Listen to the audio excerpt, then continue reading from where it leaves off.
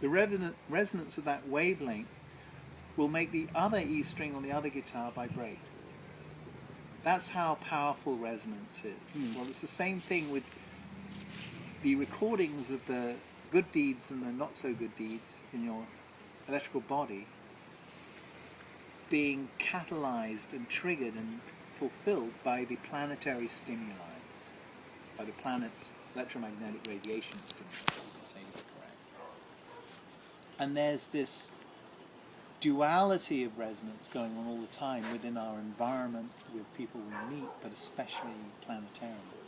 Now, what you need to do when you have a particular weakness and you're resonating with negative phenomena is you need to strengthen your electrical body. You need to uplift the consciousness of your electrical body, as it were. It's not just what's conscious in your mind, but there's another form of consciousness that's kind of inherent underneath our being, as it were. And the rishis very kindly researched and offered this science to mankind, which is completely clueless and unaware of thinking about such things, and pretty much is just into eating burgers and watching the game, about what we are and how we interact.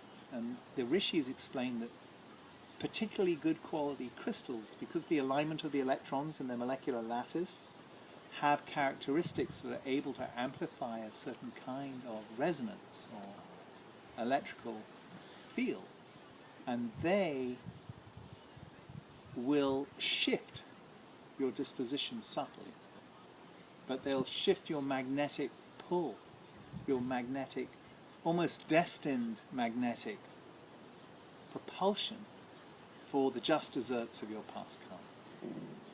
And so, prayer, focused meditation, willpower, getting the blessings of a great saint, pujas, mantras, they're all basically wavelength emanations of influence that can mitigate or nullify the negative effects of your past actions, this life and the past. The beautiful thing about gemstones is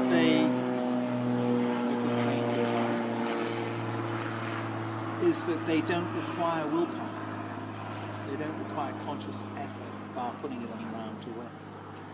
And there are basically, there's many different forms of medicine, and electrical medicine is the least invasive and the least destructive, and generally the most benign, but commonly the most subtle as well. And physical medicine generally addresses the physical body. Well, the mind is an electrical circuit field, as it were. It requires far more subtle, benign influences than Prozac or physical chemicals.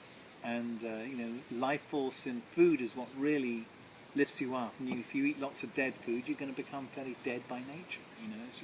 It's why there's so many lethargic, uninspired, uncreative people living in their patterned Groundhog Days throughout their life, and they're wondering why they're not satisfied with their life. They've got everything, but they're in a rut.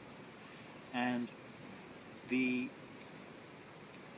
a pity at university or at school we're not taught the gravity of the deep significance of the impelling importance of how we can change our consciousness and all the different modalities that can be used to do that. You can only be as happy, as you know, because you suffer from depression a little bit.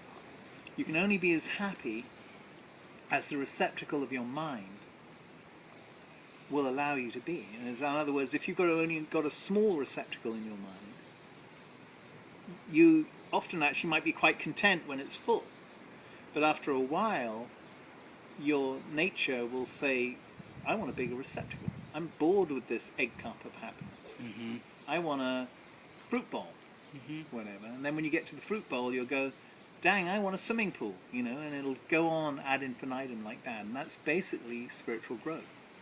That's basically what all the religions are trying to offer when they talk about God. They're saying you'll never have bliss or peace or happiness or samadhi or nirvana until you apply certain laws. And our religion's got the best laws. I'm not going there, but that's basically the crude analogy. But the bottom line is the inherent instinct in you, higher than your desire to stay alive, is to be happy. And gemstones are just a minor tool amongst the matrix, that cornucopia of solutions. And that's it. So this... What was your question? Where's the toilet? Oh, sorry, it's down there.